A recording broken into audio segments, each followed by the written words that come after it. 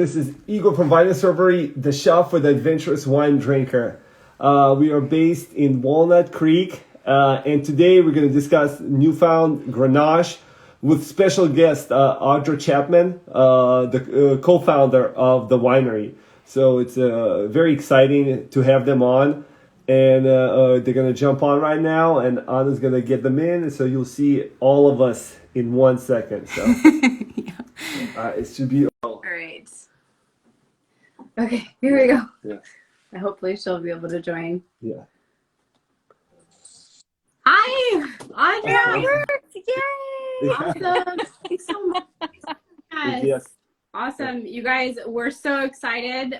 This is our show for the adventurous wine drinker. And we're really excited to have, as Igor said, Audra Chapman of Newfound Wines here with us. So appreciate you. Hi.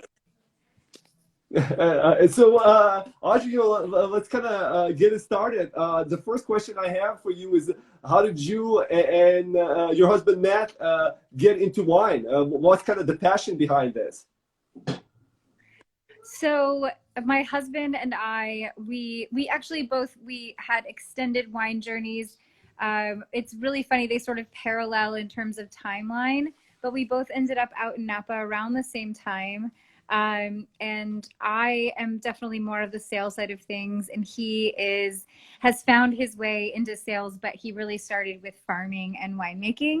Yeah. And we met at a wine event in Texas, but the two of us have been out in Napa for years, and he really got his, really sort of like honed the things that he loves about wine at Fela Wines, and farmed on the Sonoma coast in Cazadero, and then sort of transitioned into winemaking, and then moved in to sales and became the general manager of Fela. And then I really I started in wine production, but I really have always loved to speak to people about wine. So so quickly I knew that I wasn't so much into cleaning and more into talking, which might serve us well tonight.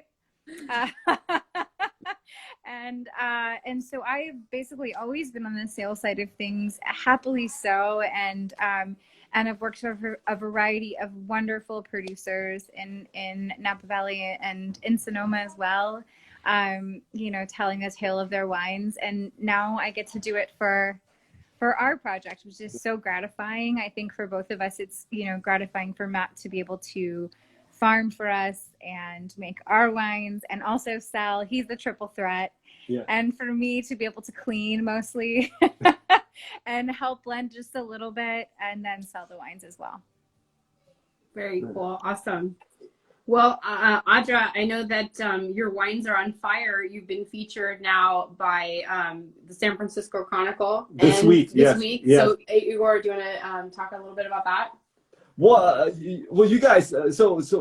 When I came across you guys initially was in December when Elaine Brown from JensenRobinson.com put this wine as wine of the week. I don't know if you kind of maybe show the wine to the camera. Yeah. And then, excitingly enough, this week, Esther Mobley from San Francisco Chronicle featured this exact wine also as wine of the week. So, that must be like really exciting. But I think what really tops it off for you guys is appearing in this show. If I have to like guess, right? Okay. This must be like the top of the mountain. The very top.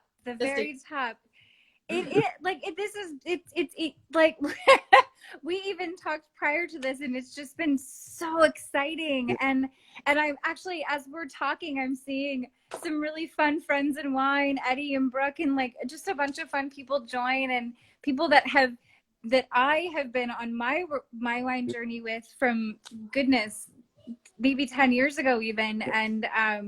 And so this has been like, what a fun way. This is kind of full circle.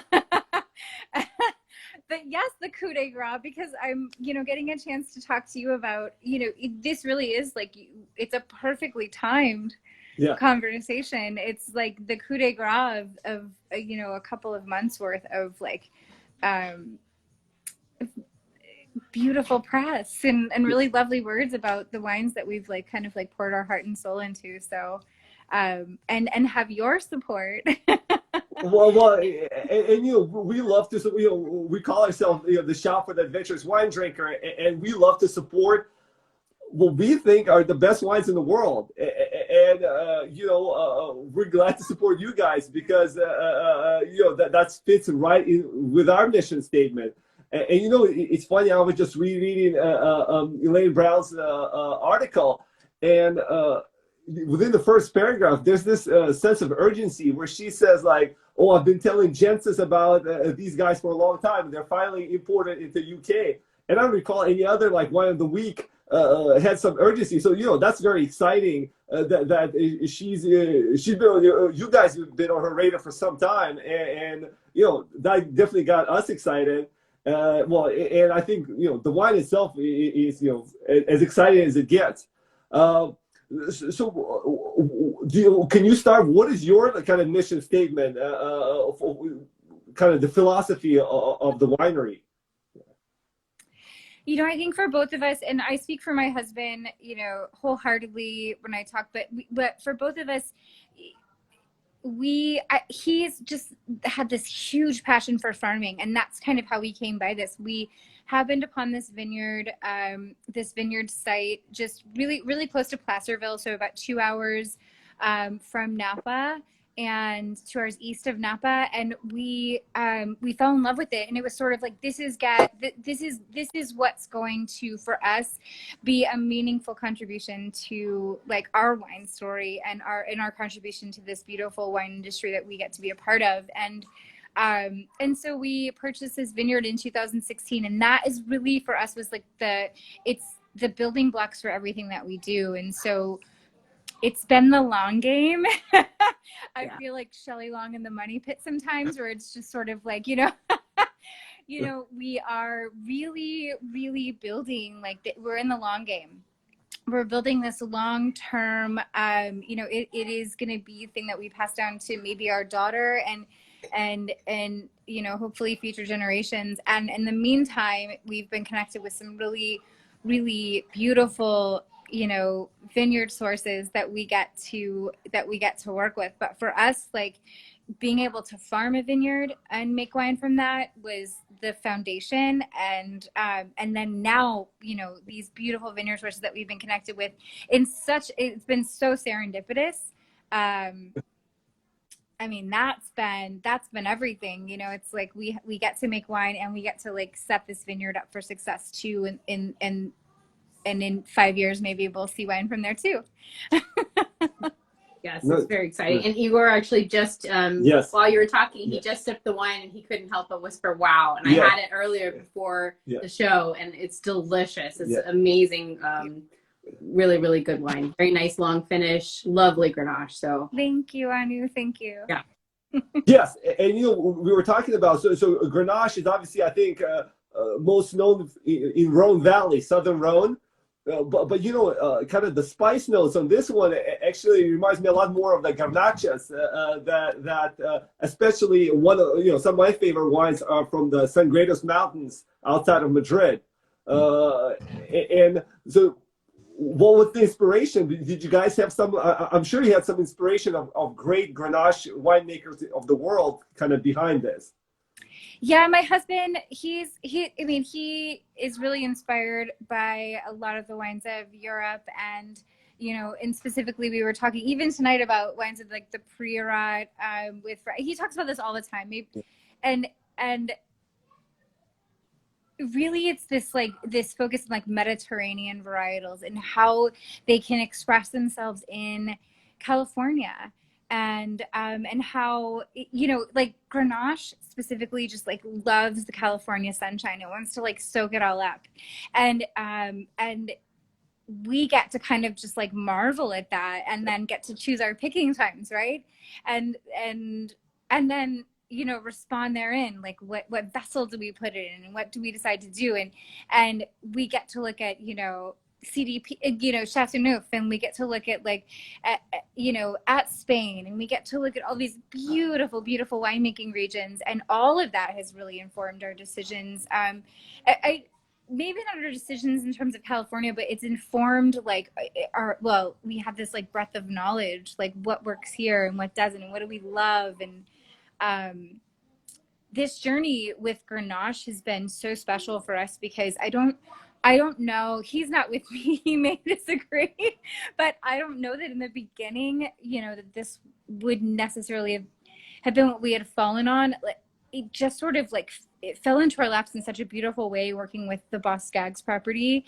And it really resonates, and it makes so much sense for us at our Placerville or El Dorado property. That we're just finding like this home, and this sort of like, it's just like, it's all nestled kind of like exactly right, you know? Yeah. Yeah. Okay. Well, did you want to do tasting notes? Because I know some of our regulars really like us to go through how the wine tastes. And then, of course, I want to hear what you think, because I'm just, you know, I'm guessing what I think that it tastes like. So, I mean, I think it smells amazing. It has really nice savory herbal aroma to me. And I would say that it tastes like a wild kind of blackberry, cranberry. It has kind of like this like velvety floral flavor as well. And then just very nice tannins that just kind of skate on the palate. That's what I think. Yes. I don't know what your thoughts are. I'm always curious to hear, of course. Spice stood out to me. Like, yeah, to me, on the palate, the spice. spice. Yeah, that's kind of what really stood out for me. Yeah, and I mean, everything that you're saying is what we hope for. It's like this beautiful elevation of the fruit of Grenache in California, and also this like phenomenal rusticity, and there's the tannin that's present too. And we really like the structure of Grenache is what we hope to shine through.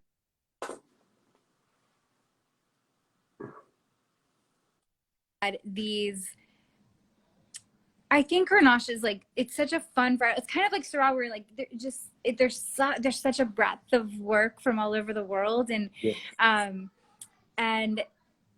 and yet there's like, you know, there is a way that you can show off the fruit and show off the tannin and show off the, you know, with all the varietals. But I just feel like Grenache is like, it wants to be this fruit thing. Yes. And there's this sort of like taming that you get to do. And I feel like this wine, just like the two of you said, there is a rusticity to it, like a tannin to it, but the fruit is like so prominent and so beautiful. And you guys, you know, a lot of the California wines, they call them fruit bombs, high alcohol fruit bombs. And Grenache, like you were saying, to me, it reminds me frequently of like Zinfandel. It just wants to balloon in alcohol, you know, jump to that 15, 16%. Yes. So you guys are actually below 14%. How did you guys, how were you able to do that in a hot climate like California? Yeah, you know, the gravels is from 3 different vineyard sources, and you know, they do come in sort of like later in the season, but it's really like the dancing, it's the game. Yeah. It's the picking game, as it always is, the most important decision. And we also really are invested in our vessel program.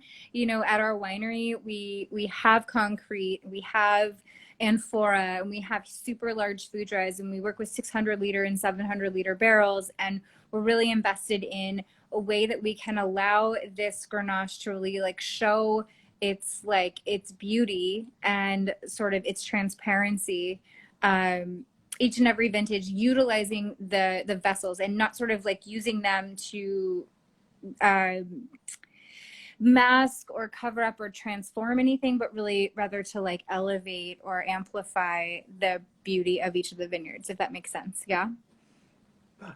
Yes, you know, I wanted to I had some thoughts. So Anna and I, we're just kind of our story is a passion project. We didn't have any background, so we were not kind of in the industry. But you know, I read a lot about it, and I want to get your thoughts on it. To me, it seems like there's like a philosophy behind your wines, because there's a kind of, I don't know, dichotomy that's happening in California wines. There's the school, I want to even say like the Robert Parker school of, you know, like I was mentioning earlier, big alcohol wines, lots of fruits, the ones that are getting high scores. And then there's like kind of this new school where they try to make more delicate, balanced wines. And obviously, I know Phyla it's in that spectrum, and it sounds like you guys are just kind of following along. You showcase the balance and the beauty versus the oak. I don't know how else to say it. Yes. That's what I mean. Always that's what we've gone for. We just kind of want to let the wine be exactly what it is, and like all the hard work throughout the year and all of the pruning decisions and the decisions where the earth is concerned, and all of that is massively important. And all of the thought that goes behind farming is hugely important. So for us, it's like, if we can be really thoughtful about choosing to work with farmers and, growers until our vineyard is planted, and we get to like be responsible for that intention as well. Like, why wouldn't we? So those vineyard choices and those farmers are such a profound and important part of what we do, that it's so important we wouldn't dare mask it with things, with the things that you can do with winemaking. And there's always, there's always like something happens, and you're knowledgeable enough to be able to make the decisions that you need to. But we haven't had to yet. We've been able to, do all native yeast fermentations, and really be able to kind of like assess our cooperage program and our vessel program every single year, to make the best wine that we can. And we're not sort of like bound to any program. We continue to experiment with the vessels that we have at the winery to try to make the best wine that we can every year. You tinker until you perfect it. That's kind of... totally. Yeah. It's the winemakers, and I'm not the winemaker. My husband totally is, but it's the winemakers thing. They just tinker. They always do. As much as they say their hands off, they always tinker. But you want to, like I mentioned, you want to showcase the fruit and not the oak, which there is a philosophy who likes to showcase the oak. Could you tell us a little bit about the other varietals that you make? I think Mourvedre is one of them. It's mostly like Rhone varietals, but I know you guys also make Semillon, which is our Semillon is it's one of my favorite things, and I never knew I loved Semillon until we started making Semillon, and I love Semillon now. It's all I want. We started working with this beautiful vineyard called the Yount Mill Vineyard in Yountville, and it's one of the oldest organically farmed vineyards in Napa. Beautiful old head train Semillon, one of the oldest blocks that it's organically farmed in Napa. And that has been a part of our program since 2016, along with the BOSSGANG vineyard. And then we also, Mourvedre from BOSSGANG. We also work with Carignan from a vineyard in Mendocino, or a couple of vineyards in Mendocino, but the prominent one being the Colombini vineyard. And there's not a more delightful farmer that you could meet than Darren Colombini and his family. And we've just been really fortunate to be hooked up by some really wonderful friends in this industry, with some vineyard sources that resonate with us and have helped to inform our decisions for what we will do at our vineyard in El Dorado. Yeah. Very excited. So you can mention it. So maybe in a little more detail, like, how did you guys get in touch with BOSSGANG? So I think if some people don't know, a famous musician from a couple of decades ago. Yeah, he is like, my dad was really into BOSSGANG, and so I knew his songs when we met him. But Matt, my husband, did not. He was like, what's the Lido Shuffle? I'm like, you don't know the Lido Shuffle, which is a song of his, if those joining don't know. But so it was a really great connection with our accountant. We shared the same accountant, and Boz had been making his own beautiful wine from the Skaggs vineyard, and it was a combination of all the varietals that he grows there. And he was just ready to move on, and he wanted, with a 2.5 acre vineyard, their wish, I would imagine, is to work with one property, right? And so we you know, he was looking for someone just to buy all of his fruit and to be kind of a partner with him. And our accountant connected us. And so that's how we got, I mean, it's a hilarious romantic Napa Valley story, and your accountant. But you know, Matt and Boz really, they sort of bonded over their love of these varietals and Loire and, like, you know, Domaine Tempier and it just, like, the two of them really, really vibed, for lack of a better word. And so we were able to get all the fruit from BOSSGANG's vineyard in 2016, and that was our very first harvest. And it was very meaningful for us to be able to work with that. It's the top of Mount Veeder in Napa Valley, and it's not Cabernet. Yes. It's not Sauvignon Blanc, and those varietals, that is not knocking anything in Napa. Like, that, those grow beautifully in Napa, but for us, it was like, whoa, what a find. You know, you have these, like, it's a storied, you know, place in Napa, and to have these varietals growing there and that we get access to them was kind of beyond for us. Yeah. That's very exciting. Well, you know, if Matt and Boz make a duet together, you know, please let us know. So that'd be pretty great too. We can start. Yes. Premiere, right? Yeah, premiere. Yes. I would love it. I'm, like, trying to think of what the name of it would be, but I can't think of anything witty right now, which is a bummer because I wish I could. We'll come back to it. Yeah. We'll, Okay. We'll post it as a comment afterwards. We're good. Thank you.